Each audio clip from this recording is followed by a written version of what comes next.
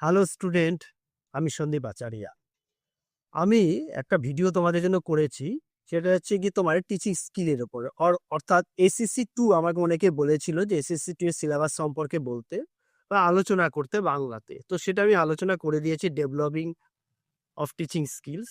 তো আজকে আমি সেই যে সিলেবাসটা তোমাদের দিয়েছি সেটা বিষয়ে একটু সংক্ষিপ্ত আলোচনা করে দিচ্ছি তোমাদের সুবিধার্থে, যাতে তোমরা জানবে।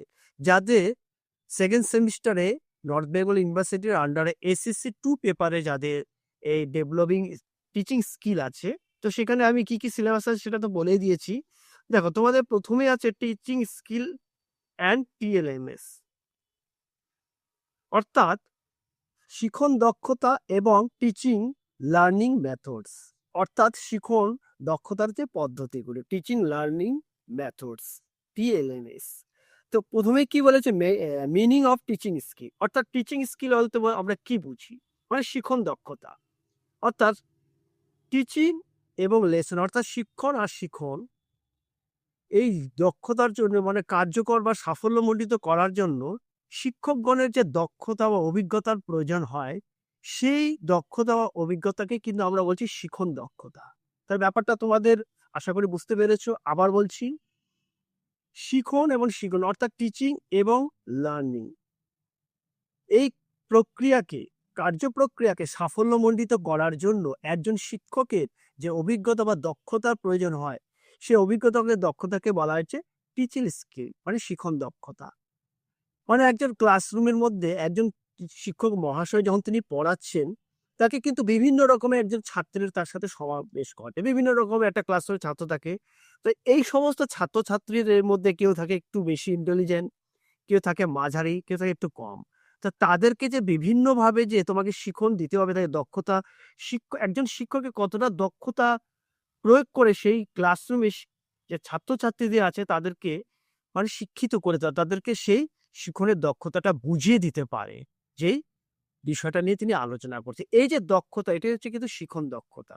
তারপর বলেছে কি, টিচিং লার্নিং মেথড, অর্থাৎ শিখন দক্ষতা পদ্ধতিগুলি কি। দেখো, এই যে একজন শিক্ষক যখন তিনি ক্লাসরুমে পড়াচ্ছেন, তাকে বিভিন্ন রকমের পদ্ধতি প্রয়োগ করতে হবে। আমার মডেলস গুলো কি কি, মডেল বলতে গেলে যখন মনে করো একটা ম্যাপ, একটা মানচিত্র, সে মানচিত্রের মাধ্যমে তিনি বিভিন্ন অঙ্গ প্রত্যঙ্গ দেখাচ্ছেন।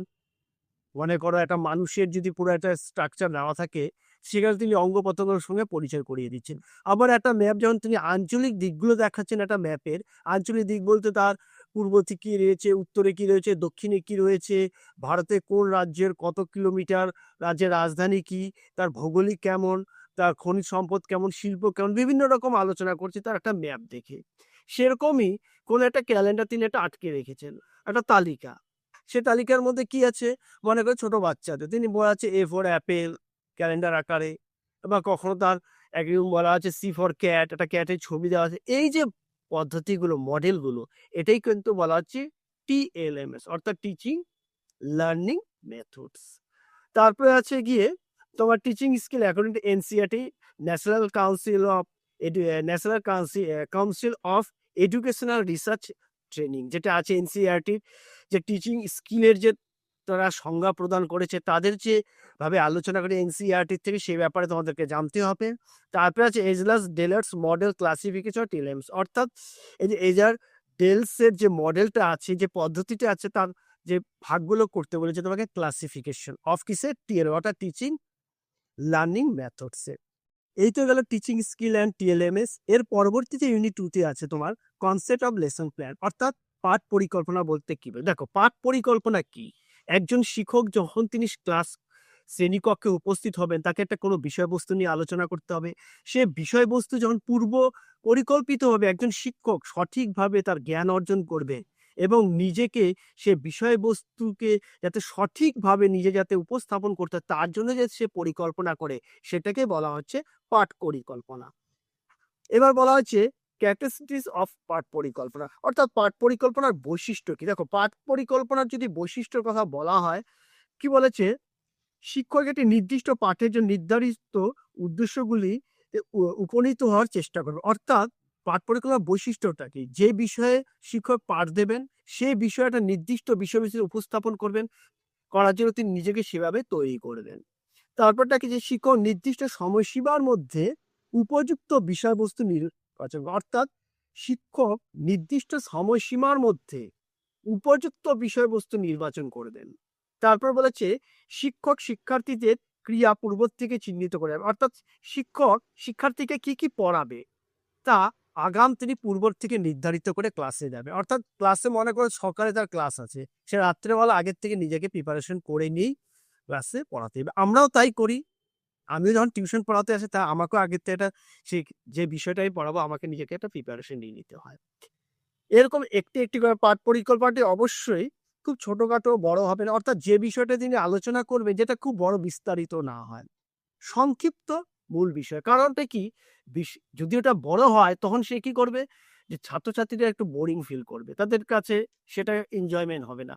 আরেকটা পাঠ ওরা বৈশিষ্ট্য কি হতে পারে, শিক্ষক যে বিষয়গুলো পড়াবেন তাদের জন্য মানে ছাত্রদের মধ্যে এমন করে বোঝাবেন যেন তার ছাত্ররা যেন মনোযোগ সহকারে সেটা শুনে, যেন সেটা তাদের কাছে একটা বোরিং ব্যাপার না হয়।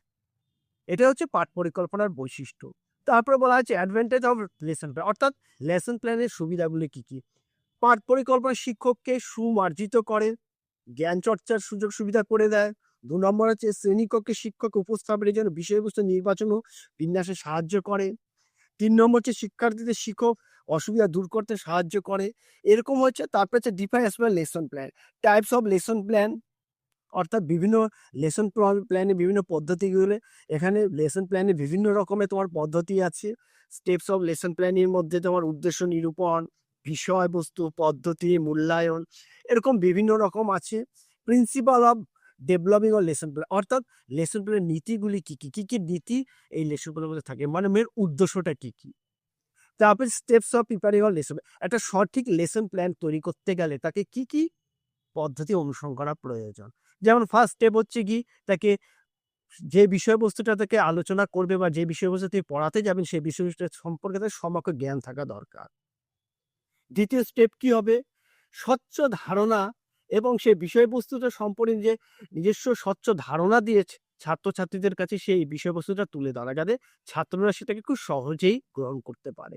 তারপর হচ্ছে কি, যে বিষয়বস্তুটার উপরে তিনি আলোকপাত করবেন সেই বিষয়বস্তুটার উপরে বিভিন্ন রকম যদি তিনি পরীক্ষা নিরীক্ষা বা মানচিত্র হোক বা বিভিন্ন রকম উদাহরণের সাহায্যে সেটা প্রকাশ করতে, এরকম বিভিন্ন স্টেপ বাই স্টেপ আছে। তো এটা তো আমি সংক্ষিপ্ত বললাম। এই বিষয়টাই যদি তোমরা উত্তর আকারে আমার কাছে পেতে চাও, এরকম নোটস আকারে তোমরা পেয়ে যাবে। এবং তোমরা যদি টিউশন পড়তে চাও, আমাদের এখানে টিউশন শুরু হয়ে গেছে এবং আমরা কিন্তু অলরেডি এই ব্যাপারগুলো লেখানো শুরু করে দিয়েছি। তোমাদেরও নিশ্চয়ই অনেকেরই এসএসসি 2 পেপারে ডেভেলপিং অফ লেসন যেটা আছে টিচিং স্কিল, যদি তোমাদের নোটসের প্রয়োজন হয় তোমরা অতি সত্ত্বর আমার সাথে যোগাযোগ করো, তোমরা নোটস একদম বাড়িতে পেয়ে যাবে। আর জেরক্স আকারে পেতে চাইলে সেটাও পেয়ে যাবে। তো আমার ফোন নাম্বারটা তোমাদেরকে বলে দিচ্ছি, 9832049874। আর তোমরা সেই কথাই বলবো, চ্যানেলটাকে বেশি করে সাবস্ক্রাইব করো, অনেক ছাত্রছাত্রী যাতে উপকৃত হয় আমার এই ভিডিও দেখে, তারা যেন নিজেদের শিক্ষার পরিধিটা যাতে তারা বজায় রাখে। তা আজ এখানেই শেষ করছি, পরবর্তী ভিডিওর জন্য অপেক্ষা।